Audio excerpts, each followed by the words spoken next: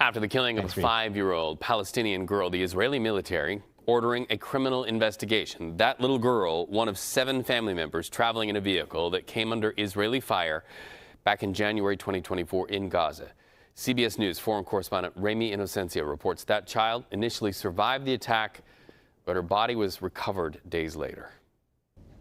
Yes, Israel's military released its first report on war crimes it's accused of committing in Gaza since October 7, 2023. And in it, the IDF acknowledged for the first time that it did open fire on a car carrying 5-year-old Hind Rajab, whose story became the film The Voice of Hind Rajab. This was back in January 2024. Her family car came under fire. This was in Gaza City. 5 of her relatives were killed instantly.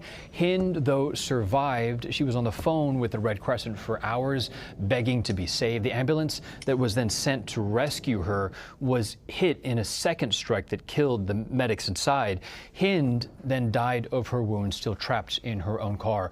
The film was nominated for Best International Feature Film at this year's Oscars. It used her real voice recording to replay her final hours. The IDF has now ordered a criminal investigation into failures into how that rescue was coordinated.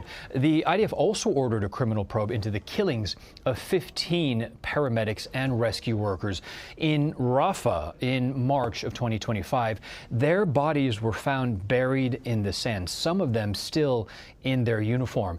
In this instance, a brigade commander was censured and a deputy commander was fired. But in 3 other cases, no criminal probes were ordered. One is in which 7 World Central Kitchen aid workers were killed. That was in April of 2024. This is after a strike, after the military said that its surveillance team had misidentified them as Hamas. Officials have now called this tragic, but they've also said that this, in their point of view, is not a crime.